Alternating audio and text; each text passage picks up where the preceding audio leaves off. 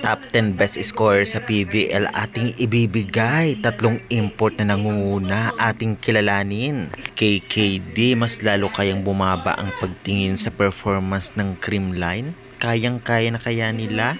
Lalong-lalo pa hinamon niya agad ang Creamline ng nakaraan. Alas Pilipinas, dapat nga bang matakot sa Hong Kong, China? Sa laban nila mamaya, Creamline Cool Smashers players na si Alyssa Valdez mag-retired na daw dahil hindi na effective. Yan ang topic natin this video. Kaya before that guys, please naman huwag niyong kalimutan mag-like, comment, subscribe at pa-hit the notification bell dito sa bago kong channel, Philippines Volleyball TV. Maraming salamat guys, pa-subscribe ulit. Thank you and God bless. KKD o PLDT, mas liit na kaya ang tingin nila ngayon sa Creamline dahil sa pagkatalo nito kontra sa Sauce Coffee? Kung natatandaan natin at sa interview ni KKD ay gusto agad nilang makatapat ang Creamline dahil isa pa rin to sa mga threat para sa kanilang team. Ngayon kaya ay nagbago ang kanyang isip at Sauce Coffee na lang ang kanilang kakatakutan sakali man magharap ang Pool A at Pool B. Ano masasabi nyo about dito guys? At about nga kay Alyssa at Tots Carlos, mag-retired na daw, lalong-lalo pa hindi na daw masyadong effective itong si Tots Carlos, samantalang si Valdez naman ay talagang namang palaging bantay sarado at umina talaga ang laro nito. Well, hindi maiiwasan nagsilabasan naman ang bashers after nga matalo sila in 4 sets ng Sauce Coffee na talaga namang syempre kahit na hindi nanalo ang Creamline ay talaga namang effective pa rin si Valdez na may 13 points. Isa siya sa may best scorer o talagang kasali siya sa top 10 best scorers.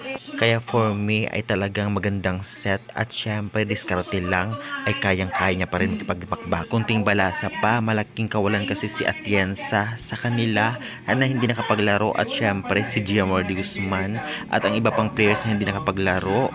At ito nga ang nag-uungusang import ng Farm Fresh, Capital One at Sauce Coffee na talaga namang nangunguna sa rankings. At ito ang best scorers ngayon na update. Nangunguna nga ang import ng Sauce Coffee, 92 points.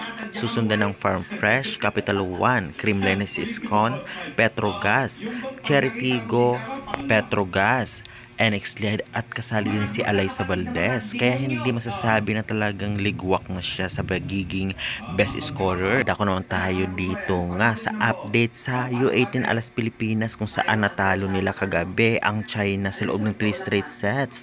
Ngunit delikado daw ito sa Hong Kong, China, nakaisang set sa Thailand na mas malakas daw sa China.